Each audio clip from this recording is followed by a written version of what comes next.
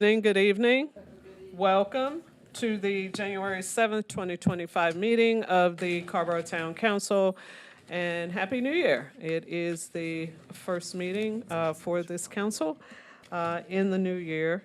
The first thing I need to do is ask for a motion to excuse Mayor Pro Tem Danny Now, who is not with us this evening, so we can vote for that. So moved, Madam Mayor. Thank you so much. Thank you so much, Frey and Posada. It's been moved and properly seconded. All in favor for the excusal, please say aye. Aye. Any opposed? Motion carries 7-0. Thank you. And now I will call up our wonderful Carrboro Poet Laureate, Miss Liza Francis, with a new poem for the new year, I'm sure. Thank you so much. Thank you. Happy New Year, everyone. It's not totally a new poem because I read it on Sunday, so you've already heard it.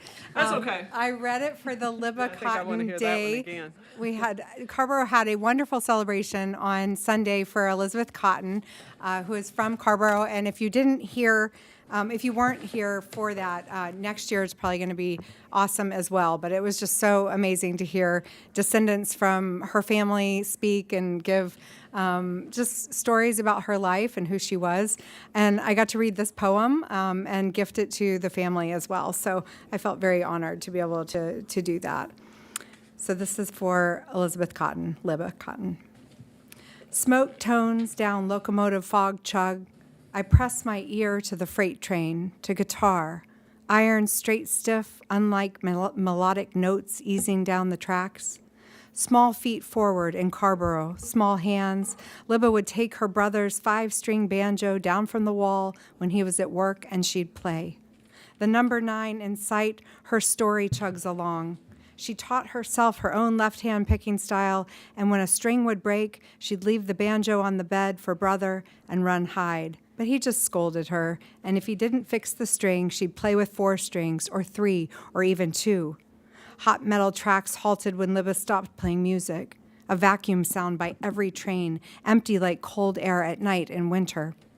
Working at a department store, a chance occurrence, Libba helped a lost child find her mother. These are moments when the universe writes itself.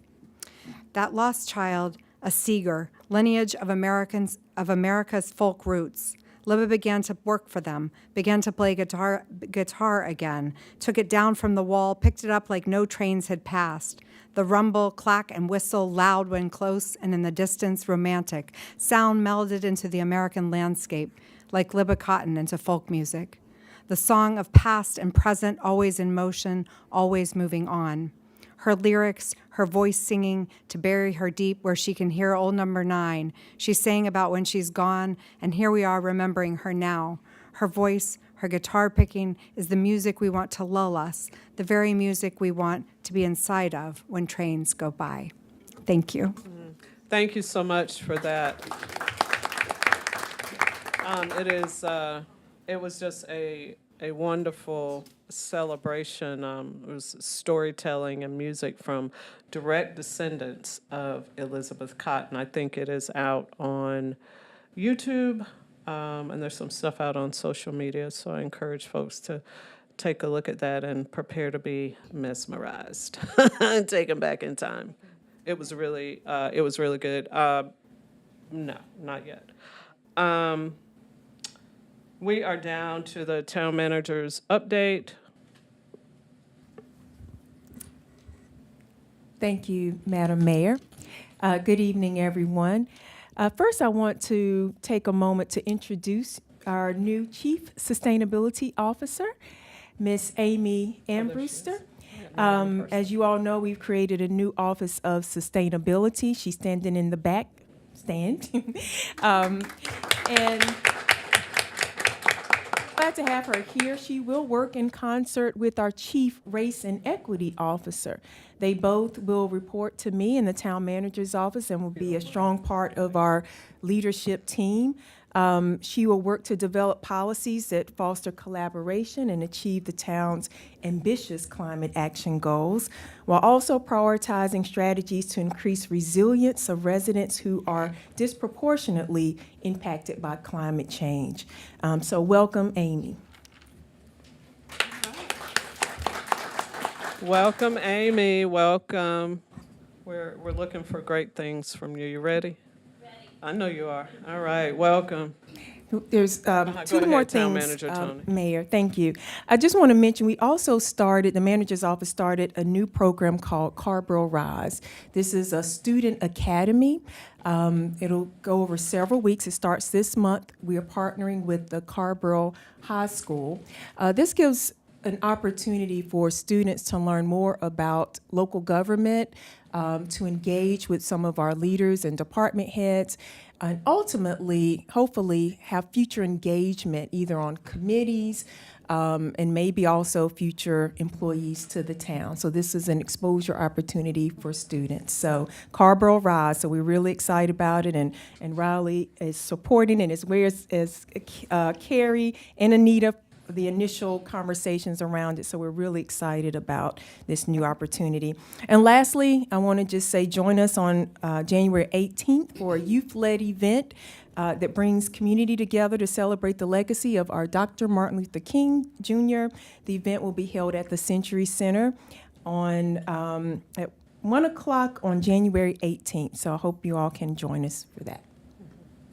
Thank you so much, Town Manager Tony. That is a busy weekend. UNC is also having their annual UNC Community MLK event on that Sunday at 6 p.m. at the Friday Center, and the Chapel Hill Carrboro NAACP plus the Chapel Hill Carrboro NAACP Youth Council will bring the annual program that we normally do with a march and a rally, Franklin Street.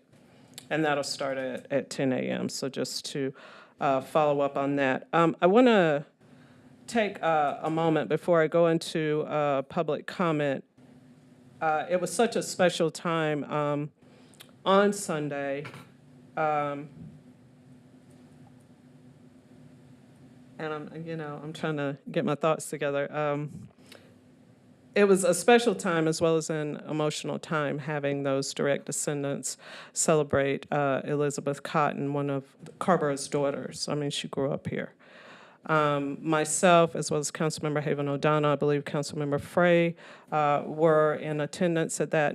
And at this time, I don't know if Councilmember Frey or Haven O'Donnell have anything. I did see you in the back there. And I just think, to have a celebration like that and put more emphasis on who Elizabeth Cotton was as a young girl and as a woman. We know the music, but the young woman, the girl, the grown-up, it was really centered on that on Sunday. So I don't know if Councilmember Frey or Haven O'Donnell have any comments at this time before we move forward to our regular public comment. Thank you, Madam Mayor. That was an incredibly meaningful event. One of the things that strikes me whenever I see coverage of Elizabeth Cotton Day in Carrboro or listen to her music is the tension between the beautiful music and the talented artists that we celebrate, and the fact that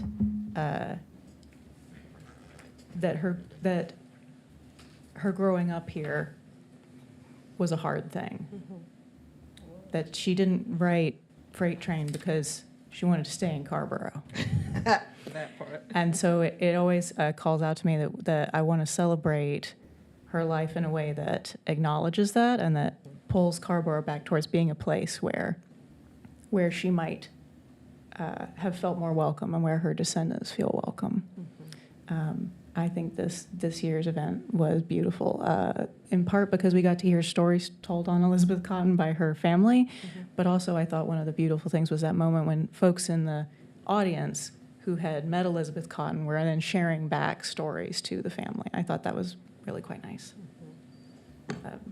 Thank you so much, Councilmember Frey. Councilmember Haven O'Donnell, do you have anything? Yeah, just two things. One, it was a splendid event because Elizabeth Cotton is the icon of Carrboro.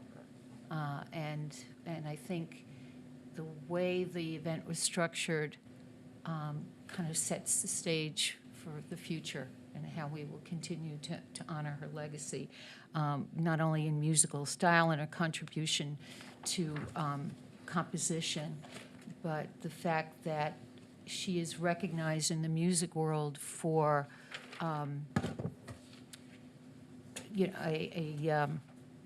primary contribution to how folk and blues are played. I also want to say that in 2017, former council member Bethany Cheney and I attended the North Carolina Folk Heritage Award that the family received, and we brought a proclamation from Carrboro at that time. And we had met the family then, and when I went and met the family that time, I didn't have the picture that I had taken of Libba Cotton playing at the former Durham High School back in 1980. I want to say it was 84. And when I showed it to Jared, it turns out it's his aunt. It wasn't Brenda, but it was his aunt, so that was really cool. I do want to ask that we post Liza's poem not only to the website, but to whatever page will be dedicated to Libba Cotton Day, so that folks will continue to see it. It really speaks to who she is. When you hear the poem, you can see the picture. Thank you. All right. So thank you so much for that. And we just look to build on the momentum that was obviously in that space on this past Sunday afternoon. So we are down to our public comment.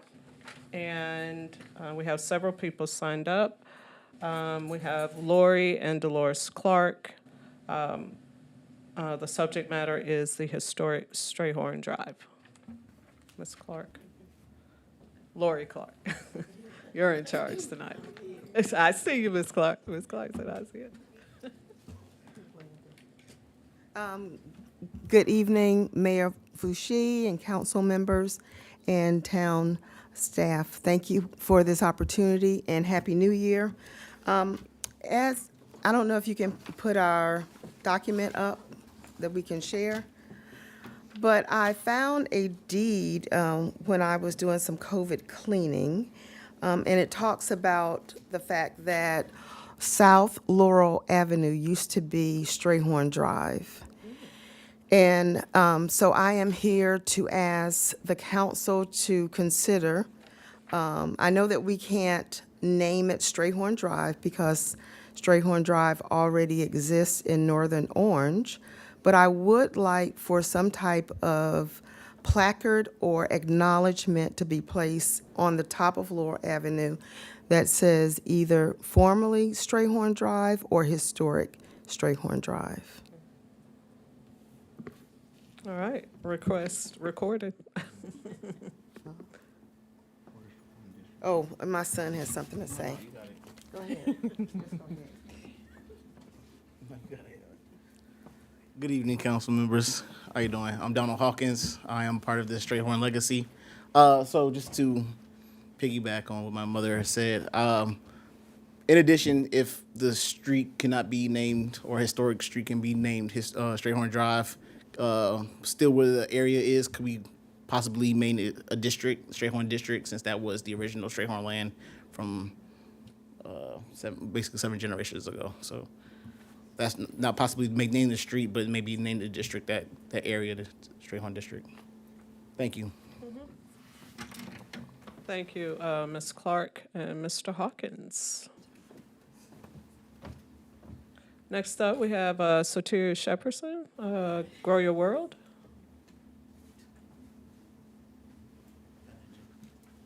Welcome, Soteria.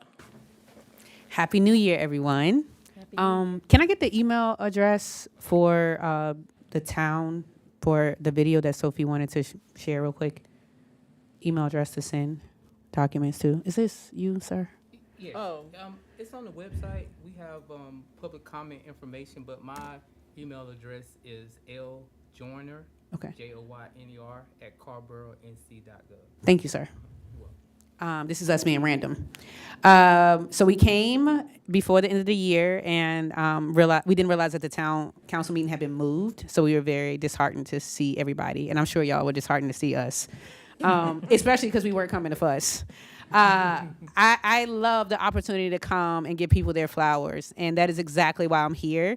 I am just in awe of the ways that intentional leadership trickles down. And I'm a churchy girl, and I know the Spirit said that like the oil falls from the head. And so I cannot thank you enough, Mayor, for the ways that you have been with me in the trenches in some dark times. And what I'm learning is not everybody can be with you in your sorrow and in your joy, right? Sometimes people are just meant to be with you through the hard times.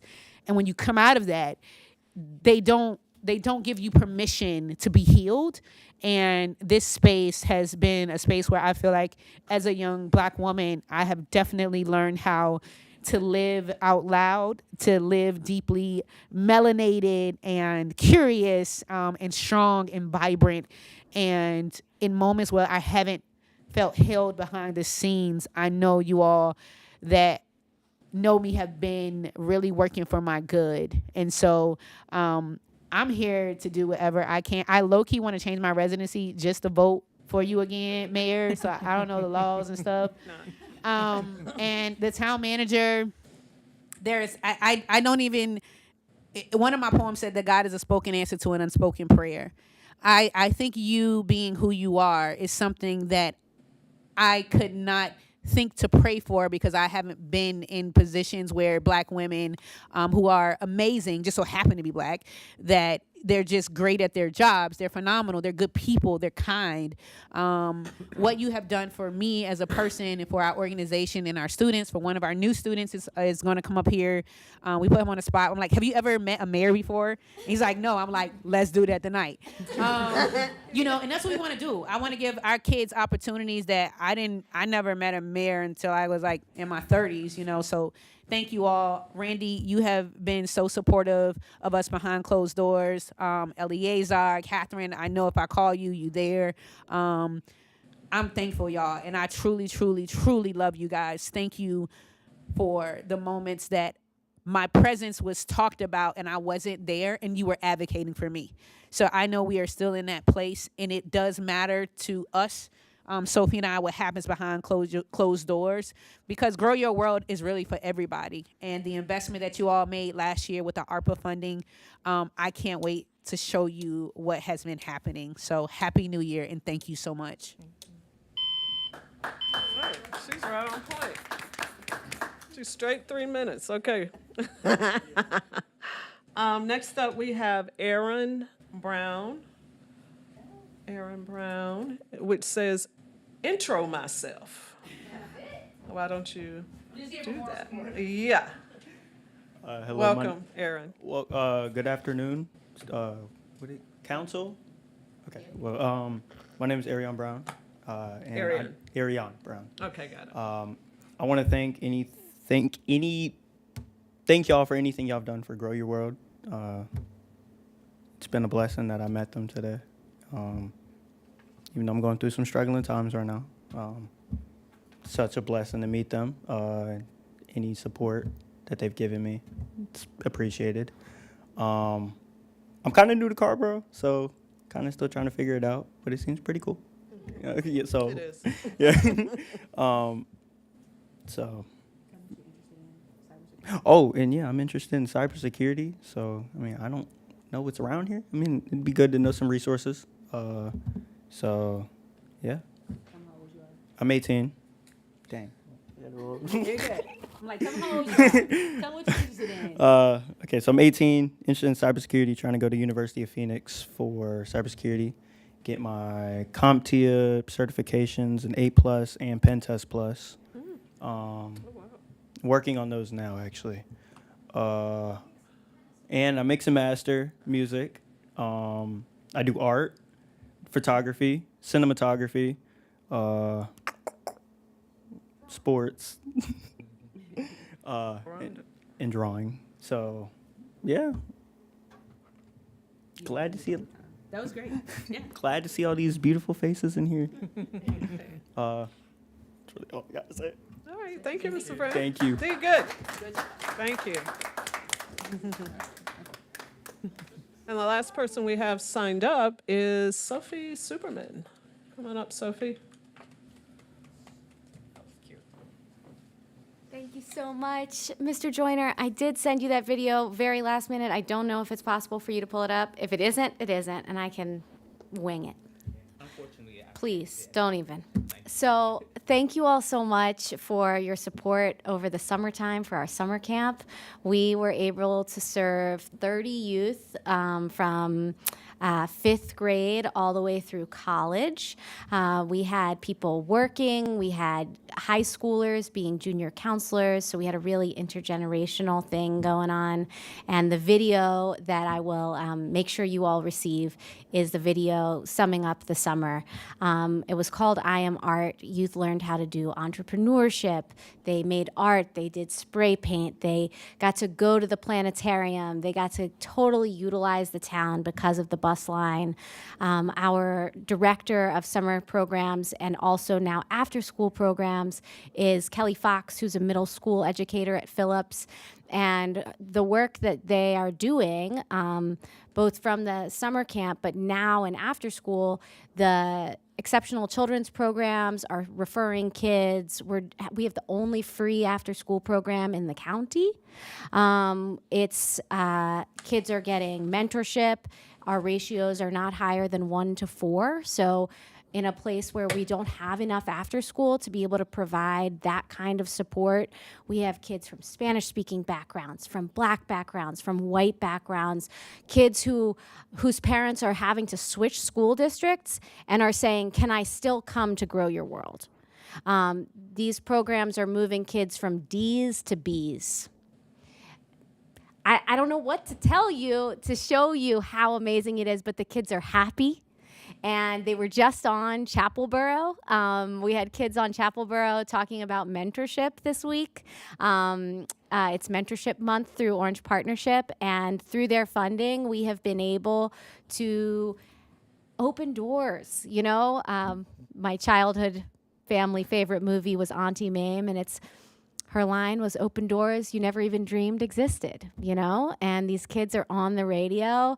This kid who I just met is mixing and mastering music for artists in Atlanta. Like, we need to see them for their gifts. And we do that, and we get to do that, and we get to introduce them to you in that way. So thank you. Thank you so much, Ms. Superman. Amazing work going on. Mayor, if I may, I will forward that video that I got last minute. I will make sure the council gets that video as well as the town manager. Okay, thank you, Mr. Joyner. Just great work going on with Grow Your World. We appreciate everything that you're doing. That is all the people I have signed up for public comment. Is there anyone else in the audience? I don't think so. So we are moving to our consent agenda. So the items on the consent agenda are a part of normal town business. We will not discuss these items unless there is a request for a council member to pull an item, and that item will then be removed and considered individually. Otherwise, all other items not removed from the consent will be adopted in a single motion. And we have one item tonight. Town Manager Tony, I'm stepping over you, aren't I? You want to talk about the consent agenda? I'll continue to talk about it. You want to talk about There's it? only one item on the consent, and that's just the minutes. Yes, yes, it is. And so we have minutes from June, September, October, November, and December. I think Councilmember Haven O'Donnell was wanting to pull one set of minutes. Which one? October 15th.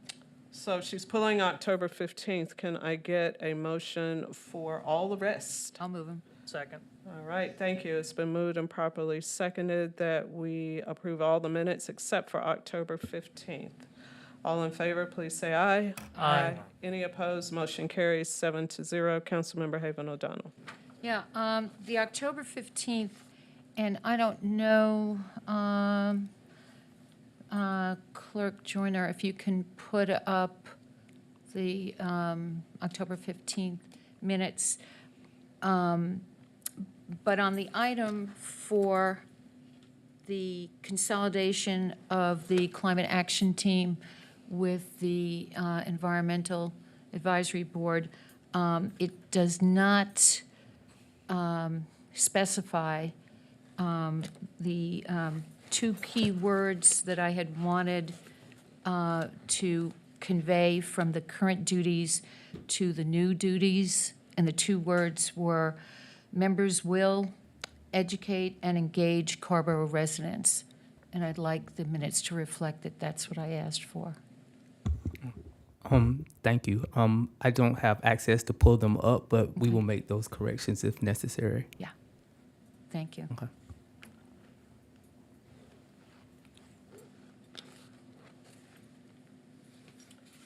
Council members, having heard it's an addition or edit to those minutes for October 15th.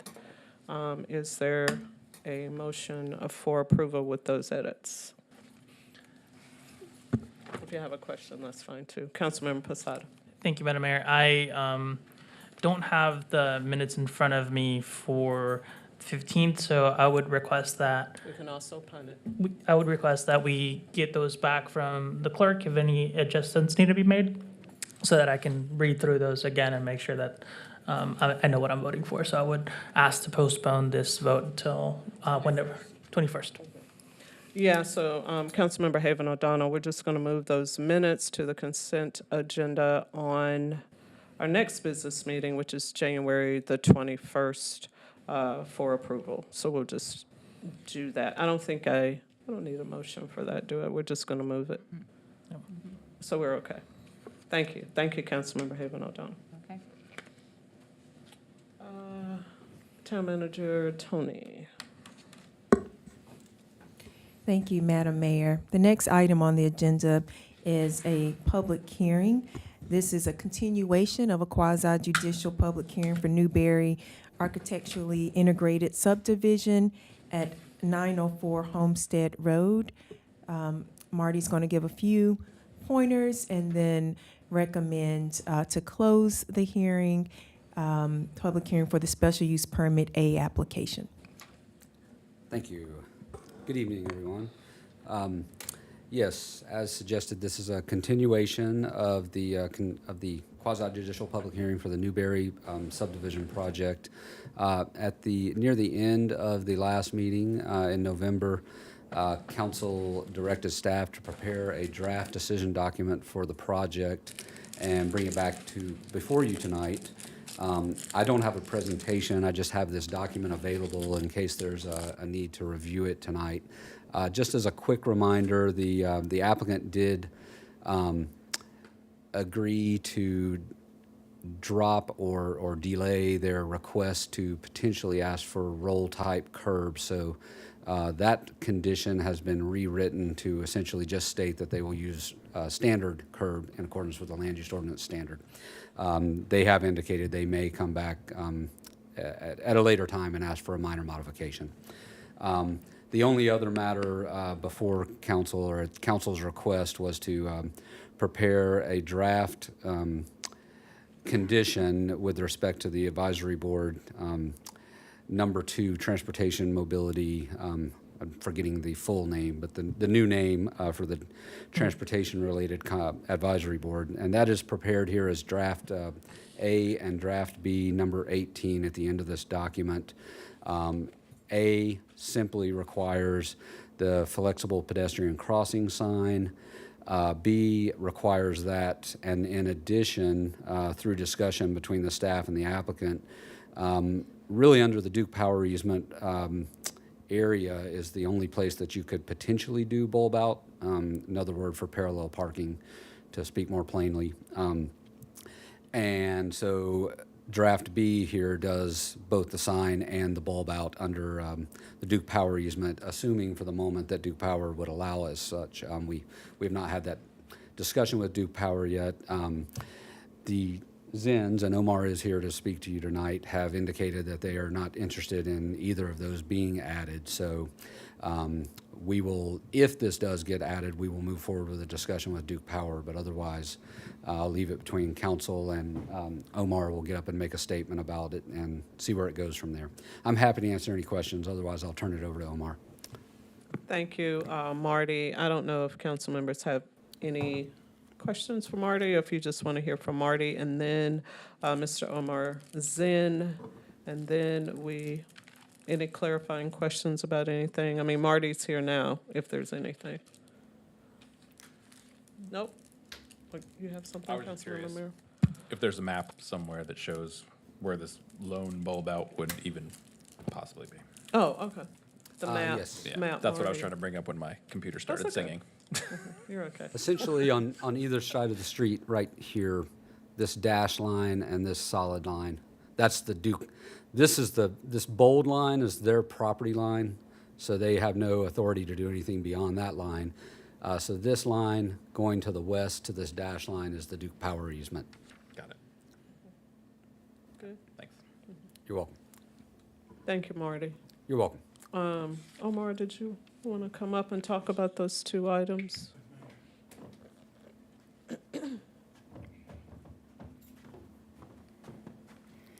Hey, everybody, good to see everybody. Happy New Year. So we would like to come back before the council at some point with a minor modification to discuss the roll type curb, as well as look at an adjustment to the central power station, the EV power station, looking to, as we discussed, move those to individual garage rough ends, which I think will make a lot more sense. So I just want to bring that full circle. As far as the bulb outs go, we're looking at adding impervious surface.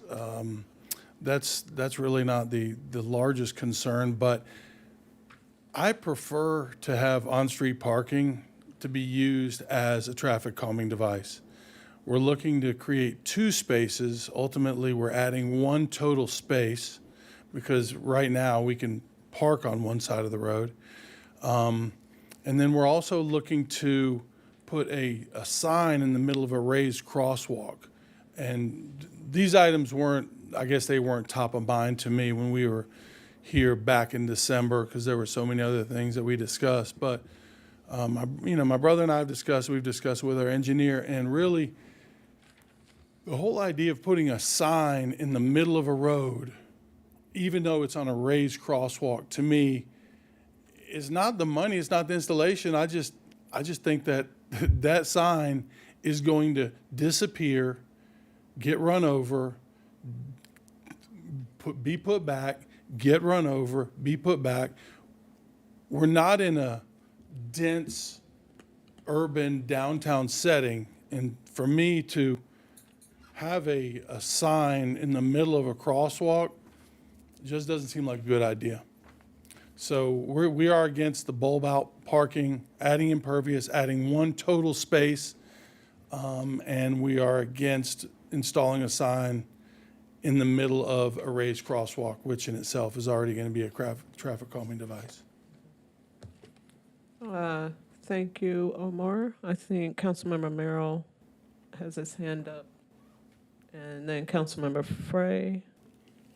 Yeah, I mean, I'm just of the opinion that if you're worried about the sign getting run over on a regular basis, sign about the size of a child in a crosswalk, that kind of implies that the entire development is not particularly safe for pedestrians to begin with, and kind of justifies the ask, in my opinion. I mean, just like,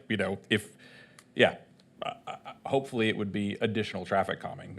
Even just looking at looking at the curve at the corners and everything, I mean, this is going to encourage people to behave poorly, and I think anything we can do to raise their awareness is totally worth doing. So, Thank you, Councilmember Merrill. Councilmember Frey? Mr. Zinn, a question. Are you planning to transfer over the road to Town of Carrboro? Yes, these will all be public roads. Yep. So in that case, the sign in question is something that would be maintained by the town? I would assume so. Okay, Yeah. thanks. Yeah, I don't think I have anything else to add here, colleagues, other than the core issue here has to do with our street cross sections rather than this particular issue. Thanks so much. Council members, anything else? I have a different kind of question. Omar, you want to ask? Is it No, it's not Omar? I think it's really from Marty. Okay, thank you, Omar. All right, thank you. Marty, I went back through the original materials, and I could, if topography was given, I didn't see it. Do you have a map that shows the topography? Because I was trying to figure out the stormwater flow, and I guess it would be going north and east. Do you mean in the area of the street cross-section? Is that specifically what you mean, or do you No, I mean mean for the whole site? the site. The whole site? Okay.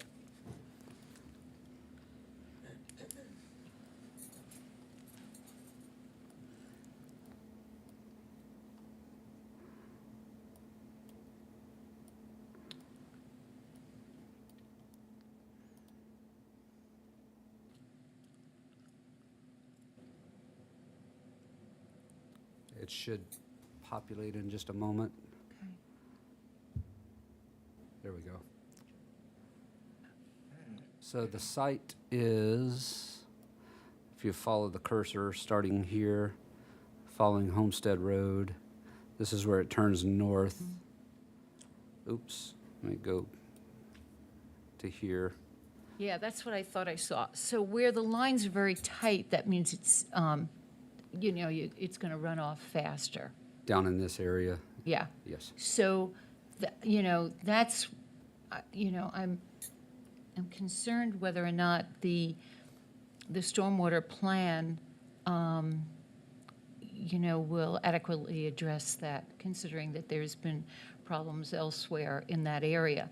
And because we're still operating under a 25-year flood regulation.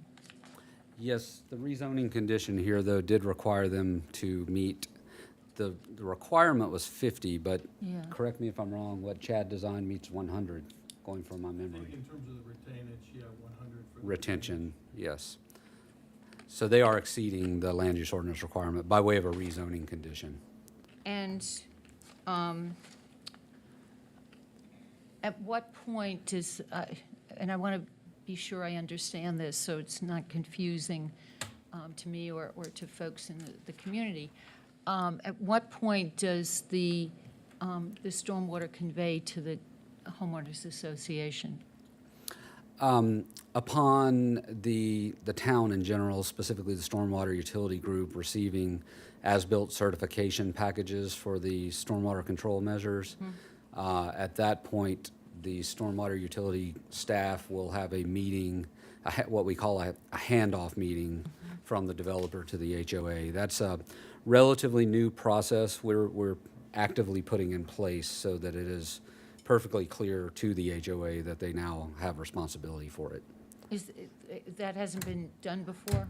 You haven't done that? We have done one or two now, but we're establishing it as more like a standard operating procedure, Got it. if that makes sense. Okay. Have more, Randy. No, not at this time. All right. Thank you. Councilmember Palmer. So I'm going to come back to Marty, but I just wanted to, as a procedural question, I wanted to note that I was sworn in December, and the materials that I have reviewed are from November, so before I was sworn in. But having reviewed the video of that meeting and reviewed the materials from that meeting, procedurally, I guess I'll direct this to our town attorney. I'm okay to vote on this tonight. I'm okay to ask questions and so forth. Is that correct? You are. Thank you. Tag, you're it. There we go. So now back to you, Marty. With these contours up here, could we see this? Can you do this on screen side by side with attachment C, the project plans Yes, I from believe so. that November meeting?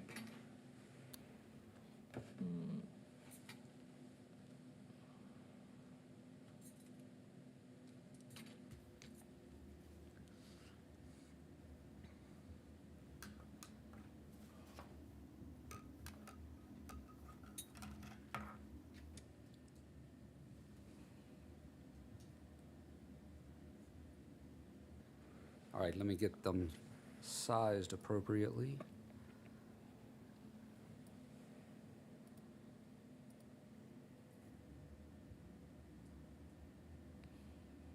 Let's see. 1, 2, 3, 4, 5. It's actually on page 5 of the project plans. Oh, okay. I can switch over to there.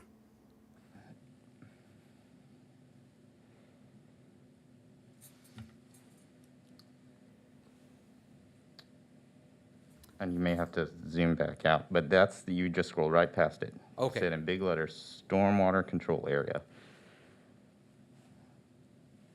So my hope is that we could see those at least somewhat side by side and see how they map to each other, those contours as they exist today, and where the intention is to have.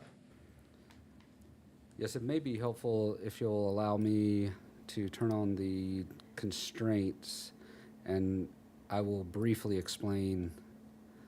Omar, you can jump in at any time, but my understanding of your intention, or Chad's intention as the designer,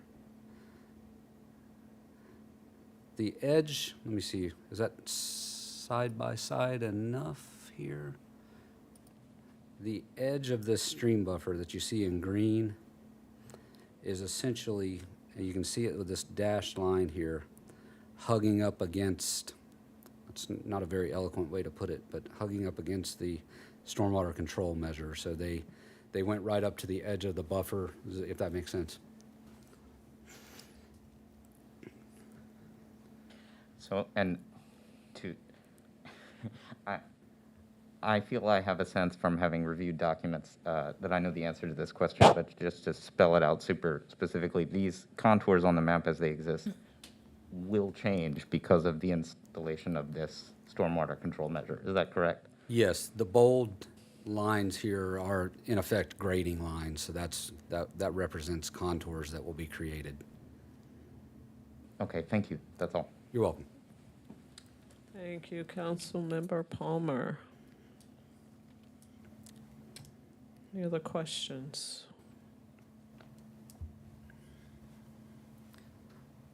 Seeing none. You can sit down, Marty. Thank you. Thank you. So, council members, the flexible pedestrian crossing sign, as well as the bulb out design, the applicant is not interested in doing that. I mean, that was the reply in attachment B. But also listening about the concerns about safety brought up by Councilmember Merrill. So I'm trying to see how far down the road we want to go. And these recommendations, I believe, came from a Transportation, Greenways, and Mobility Advisory Board. So I know how Councilmember Merrill, he's kind of expressed how he felt, and just wondering what everybody else is thinking. Councilmember Posada, then Frey. Thank you, Madam Mayor. And actually, my kind of question is more on the procedure. I wanted to check in with Nick. What, just so that we have everything, like all our ducks in a row on this side, the public hearing still open? Do we need to do anything before we have conversations around this document or can we have that conversation and then just close it before we vote? I'm going to close it. Oh, Never mind. Just kidding. Yeah, because there's not any more questions for the applicant or staff, and no expert testimony or anything from anyone. So I will close the public hearing, and then back to Councilmember Posada. Thank you, Madam Mayor. I'm following the questions of Councilmember Frey. This is just going to be something that the town is going to have to maintain. I acknowledge the concern about having to re-put it, but I'm also thinking if a sign is not safe, or pedestrians. So I'm more in line with keeping keeping it under, and also the second option, option B, draft B. If there is an issue in the future where the sign keeps coming down and the town has to keep investing and putting it up there, then there's probably a different issue we have to address, and it's not going to be the sign. So that's where my brain space is at this point, but I'm happy to hear what other council members think and move from there. Thank you, Madam Mayor. All right, thank you, Councilmember Posada. Councilmember Frey. Colleagues, you may be a little bit surprised where I'm going to come down on this one. I think that we are unfortunately obligated to move forward with this with neither version, A nor B. Correct. Because of the constraints of the quasi-judicial process. These conditions are required to be mutually agreed. Since the applicant does not agree, and we are in the quasi-judicial part of this process and not in the legislative part, we are stuck. That said, I want to note that I agree with the Transportation Board on the general principle of the thing, that the problem here is actually our road cross-section. We are requiring the developer to do something that we then consider to be unsafe, and so we're trying to resolve that by requiring the developer to do something else. We all know we're already working on our land use ordinance overhaul for this exact reason, but I think that we are stuck on this point. If once this has been deeded over to the town always has the option to come back as the town is thinking about all of its pedestrian crosswalks to reconsider this, but I think we're stuck at this time.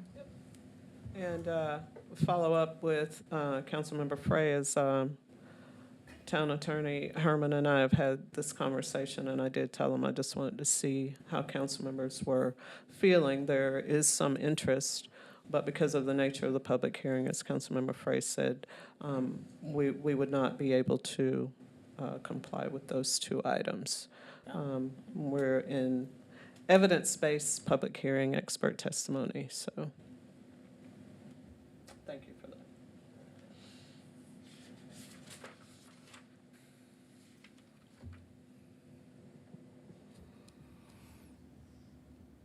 So we are at the decision point, and I think that we covered that.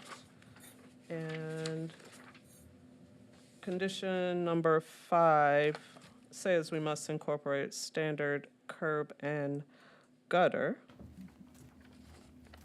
in accordance with the design in our land use ordinance.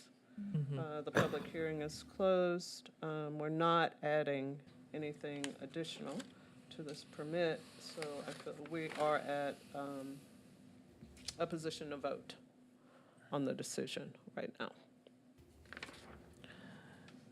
Madam Mayor? Yes. Madam Mayor, I move attachment A without additional recommendations of number 18 as drafted. Without, yes, 18 draft A and B. Yes, No. thank you. No, a second? Seconded. Thank you so much. It's been moved and properly seconded. Is there any further discussion, council members? All in favor, please say aye. Aye. Any opposed? Motion carries. Oh, I'm going to vote against it. oh, sorry. Nay. Okay. Motion carries 6. Nope, 5 to 1. We're missing 6-1. You're voting against it as No, well? what about Danny? We're missing. Oh, I'm sorry, Danny's not here, 5-1. I'm sorry, I'm all about this 7, right? Yeah. So, motion carries 5-1. There's 6 of us here tonight. Thank you. Did you have something, Councilmember Thomas? Just to add the comment that like Councilmember Frey, there are some clear deficiencies to me, but I do not put them at the feet of this applicant. Okay. And the balance of our priorities, we desperately need more housing, and that I want to explain my vote in that manner. Thank you. I appreciate that, Councilmember Palmer. So the vote is 5-1. So the motion carries. And thank you, Marty. Thank you, Omar. Mhm.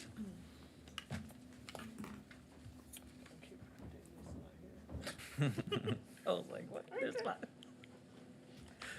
Town Manager Tony. Thank you, Madam Mayor. There's one general agenda item tonight.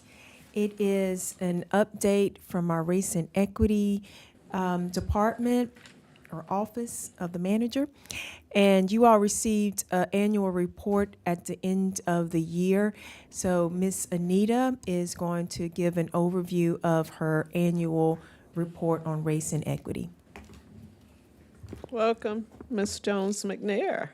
Good evening, Mayor, members of the council. Happy New Year to everyone. It is my honor to be before you this evening to highlight another year of embedding race and equity in the town of Carrboro in their town governance. As I thought about it, 2024 marked the 6th year of our journey. And before I get started in my presentation, I want to take a few moments. Unfortunately, I don't have a lot of my colleagues with me this evening, but I want to take a few moments to applaud them because of their successful year and milestones that we've been able to achieve. They have been wonderful in this work, so I certainly want to do that. But I also want to applaud the Racial Equity Commission, and our chair, Donald Hawkins, is here with us. You had an opportunity to hear from him. They've been working, they've been established for the past 3 years, and they've been working very diligently as well. So thank you so much. Sorry, this year I don't have a presentation. That's okay, I've got it covered. So in your packet, you have a summary of our work for the year. And I did want to kind of group it in 5 categories. First was the Racial Equity Commission update. Then we had council actions, resolutions and proclamations, community events. Then we had a category of employee development and overall expectations. And then we had departmental highlights. So during this year, and it's really a very small amount. You know, if you recall, the report itself was 12 pages. I'm just going to try to take one particular highlight from each area. And certainly, if you could please take some time to look at the rest of the report, that would be great. So I want to start out with the consolidation of the Racial Equity Commission and the Truth Plaque Task Force. They consolidated this year. The 2 organizations had a similar scope of work, and what they were able to do was merge their life experiences, their expertise, and their love of community and people. And so I'm looking forward to working with them in the coming years. They also assisted with our Carrboro Family Financial Assistance Program this year. That particular program was a success. We used ARPA funding, and we dispersed almost $300,000 to 135 families. And we were able to help them with back rent, housing, other housing opportunities, utilities, transportation, childcare, and we also were able to assist with internet access. In February, we had the unveiling of the historical marker that is on the town hall frontage, honoring Manly Macaulay. And that was a town partnership between Equal Justice Initiative and Orange County Community Remembrance Coalition. We also took the time to our employees in our departments. We took the time to develop partnerships and enhance partnerships. We wanted to develop stronger partnerships in the community. We also evaluated, and we're still evaluating, our policies, practices, procedures, and service delivery outlined in the town's Race and Equity Action Plan. In March was the renaming of Carr Street to Braxton Fouché Street in honor of the local civil rights leader. Then we had the adoption of the Language Access Plan in April, and that was also a very strong collaboration of the town, the Refugee Community Partnership, and the Building Integrated Communities Initiative under the UNC umbrella. And then we had the creation of the One Orange Data Index dashboard, which was a collaboration of the One Orange Racial Equity Leadership Team. And you have heard from them in the past. We had a successful launch of the Boost of Carrboro program that centered BIPOC businesses, training and coaching program that our Economic Development Department handled. In our budget process last year, we completed a race and equity analysis. The fire department hired the most diverse employee class in the department's history. Still underway is a free weatherization program for homeowners, and their emphasis has been placed on door-to-door engagement, which I think has been very helpful. The town partnered with Club Nova to develop a members employment program. The town also partnered with Marion Cheek Jackson Center, El Centro, Refugee Community Partnership to increase how we engage the community. And that started out with our downtown visioning plan, and it is being carried through with the other plans underway. We had a community marketing effort that increased for our criminal justice debt program. This program is available for community members that need to restore their driver's license privileges and also paying fees. Sidewalks, curb ramps, and ADA improvements were done along West Popular Street. The town has also provided transportation to and from some of our local living communities for seniors so that they could participate in some of our events.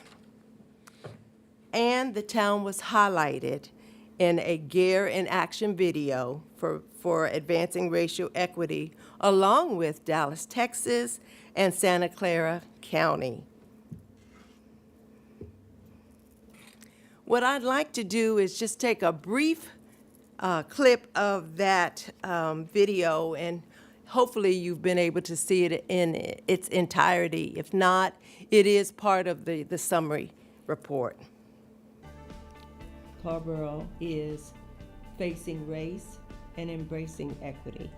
That is what we have been tasked to do, and this is about putting a system in place where everybody will have what they need to thrive.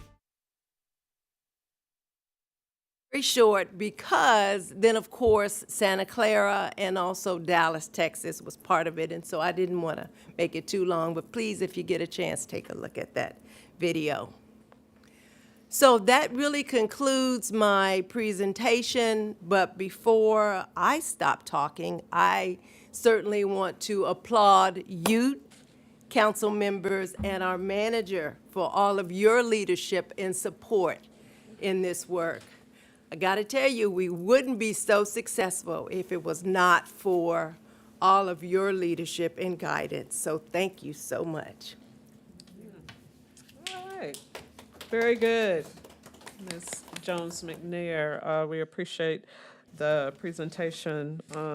Certainly race equity undergirds and is at the heart of all that we do here in the town of Carrboro. And your very brave leadership, particularly during this time when DEI efforts are being attacked across the country. And we're going to continue to slap it on a table here in Carrboro. You know, we're not going to remove it. And I guess you would know that. I wouldn't even need to say that. But the work is amazing. Had no idea that we had done this much until I started thumbing through. I was like, oh, wow. You know, there's really been working. So we appreciate you as well. You and your department, Ms. Canu Taylor? Taylor, yes. Yes. So we appreciate you very much. I have one question. Well, I have more than one, but the finance that you were talking about, the race and equity analysis during the budget process, can you just kind of describe that a little bit? Like, what was that? What was it? What was that? So I did work with the finance department, and what we wanted to do was begin to ask our departments to really take a look at, as you're asking for new initiatives and programs, what does that look like for the community? You know, who is benefiting from that, and so on and so forth. So they had an opportunity to answer questions and express their reasoning for why we needed to move forward with those new initiatives and programs. And so that's what we did this past year, and I'm going to be working with the finance department. I think we have a meeting next week about whether, well, we're going to continue something. We just need to decide what that's going to look like. But it's just an opportunity to think about it, you know, and looking at it from that layer and that lens that we've not done before. So certainly hearing from them and actually seeing it on paper, I think it was very helpful for the manager. I think it was helpful for the staff as well to say, hey, you know, do we really need this? Is it really benefiting our community? And do we need to do something different? So I think it was very helpful in that overall analysis. Okay.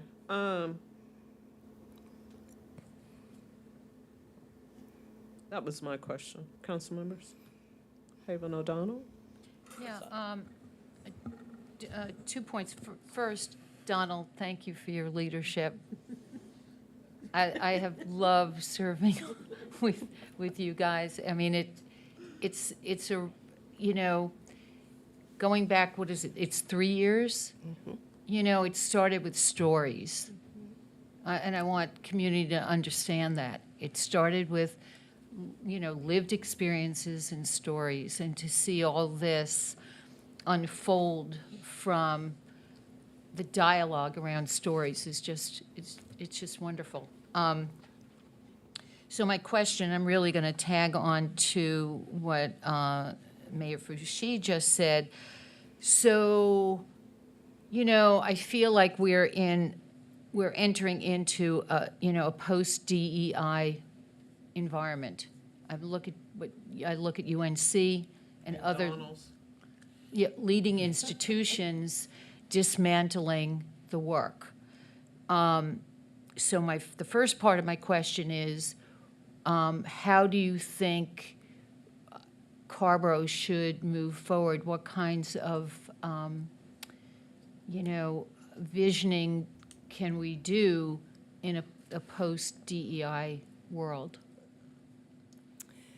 Well, you know, Councilmember Haven O'Donnell, I think many inquiry minds are talking about that. We had an opportunity to talk about that at our leadership conference in St. Louis in November. And I received an email today from GEAR Leadership. we realize it may be different based on your jurisdiction, whether you have the support. And at this point, we don't quite know what it's going to look like. But if we are able to kind of stay, from a state perspective and a local perspective, then, we should be just fine because we've got all the support. But we don't know how it's going to trickle down. So even at a regional level, with some of my colleagues in North Carolina, we've talked about the pivot and what would that potentially look like for us. And so I'm going to be honest, a couple of jurisdictions have even gotten rid of their positions. They may have started a program and they've kind of moved it around. But, when you think about what the work really does, being inclusive, the sense of belonging and welcoming, and just making sure that we're providing service in an equitable manner. Those are things that are just very foundational to the work that we do on a daily basis. So, maybe that's what the pivot looks like. But quite honestly, we may not know that quite yet.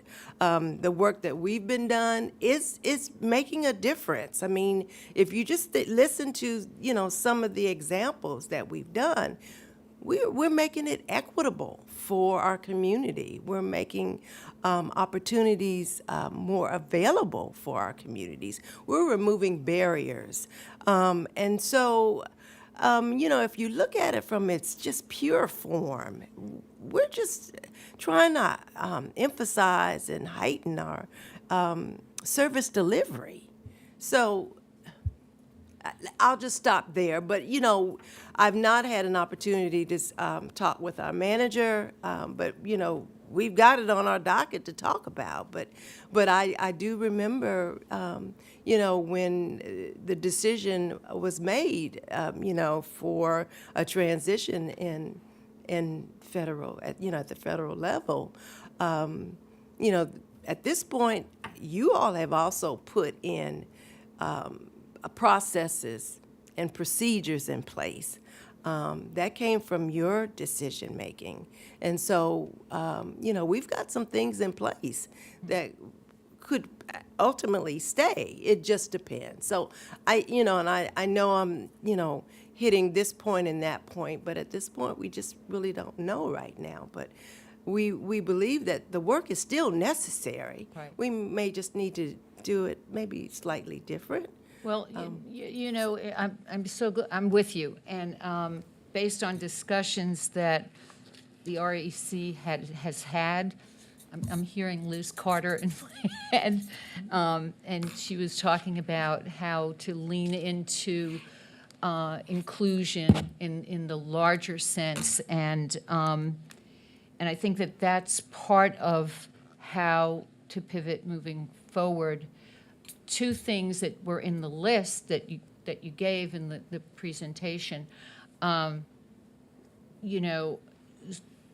undergird that strongly. One is the weatherization program. The second is the ADA sidewalks and curbs. Exactly. I mean, that's, so if anything says inclusion, those are the kinds of things. So I think pulling the thread on and undergirding allyship is part of that next step. So I just wanted to, raise the fact that that has always been part of the discussion. Thank you, Liz Carter. And I look forward to not only council discussing it, but, us being able to be supportive of that move forward. So. Absolutely. And I don't know if Manager Tony has, anything she wants to add to that, but we've not really had an opportunity to talk about it just yet. No change on our part. I mean, we are moving forward. This is a top pillar of our town. There will be changes federally, but locally, we will keep moving forward. Yeah. Thank you. Thank you, Madam Mayor. First, just huge appreciation for you, for your team, the entire staff of Carrboro, because y'all, yeah, we get to make decisions up here, but y'all make them happen. Y'all are the face of the town every single day. And you're keeping this train moving forward. So thank you so much to all the staff and specifically to you for your leadership in this work. One thing that y'all know sometimes I like to bring little anecdotes from outside of this chamber. And y'all also may know that my work takes me all over the United States for work, right? So about 4 weeks ago, I had the privilege of being invited to Salt Lake City to have conversations with church leaders, conservative leaders, around LGBTQ issues, but it was like a pretty big day of some hard conversations with folks who we don't quite see eye to eye on other things. But one of the highlights, and then I had, there was a concert afterwards, so it's actually pretty great, but one of the highlights for me in that trip was dinner. I was seated next to the chief of staff of a senator from Utah's and his wife. His wife's mother is a Carrboro resident. We found out at that meeting. She thought it was Chapel Hill, but it's one of those streets that you're actually in Carrboro. They tried, but they couldn't do it. And the reason I bring this up is because in our conversation, one of the things that they kept talking about was how Carrboro is really focusing in on racial equity and justice and living to our values. One of the proudest moments for me to be sitting there, I'm like, yeah, I'm a council member there. Thank you. We did that. This town did that. Y'all did that. So when the chief of staff's of a conservative senator from the state of Utah is praising Carrboro because of the work that you and your team and everyone at Carrboro does, phenomenal. So thank you so much. Thank you, Councilman Posada. Any other comments or questions? I think I had. I'm sorry, Councilman Palmer. Solo quería decir que agradezco que el Language Access Plan hace que muchos en nuestra comunidad que no pueden entender en inglés pueden escuchar. Por ejemplo, so just to retranslate for the non-Spanish speakers, I just really appreciate that the Language Access Plan means that folks are able to, for example, listen to these meetings even if they don't speak English. So that is a highlight personally for me as a child of an immigrant, married to a child of immigrants. And also thank you for those improvements on Poplar. I've pushed a stroller down Poplar with a sleeping child, so I'll leave it there. Thank you, Councilmember Palmer. I did have one last question about the status of the disparity study. Yes. I saw it was mentioned there. I guess I was just wondering how that was going or where we are with that.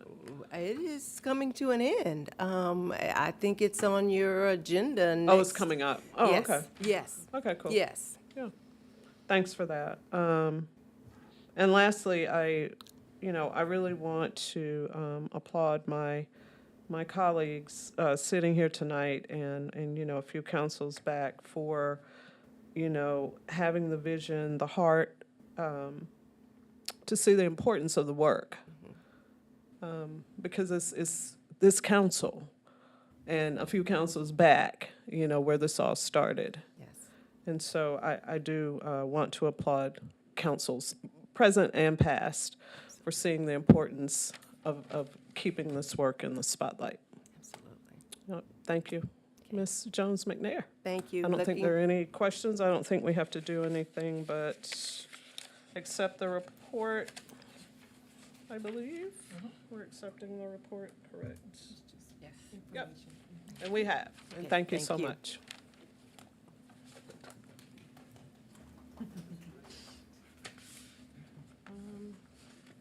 From the last item, so we're Closed session. Go into closed session. So that ends our regular agenda. If I could get a motion, council members, to go into closed session for a personnel matter. So moved. Second. All right, all in favor, please say aye. Aye.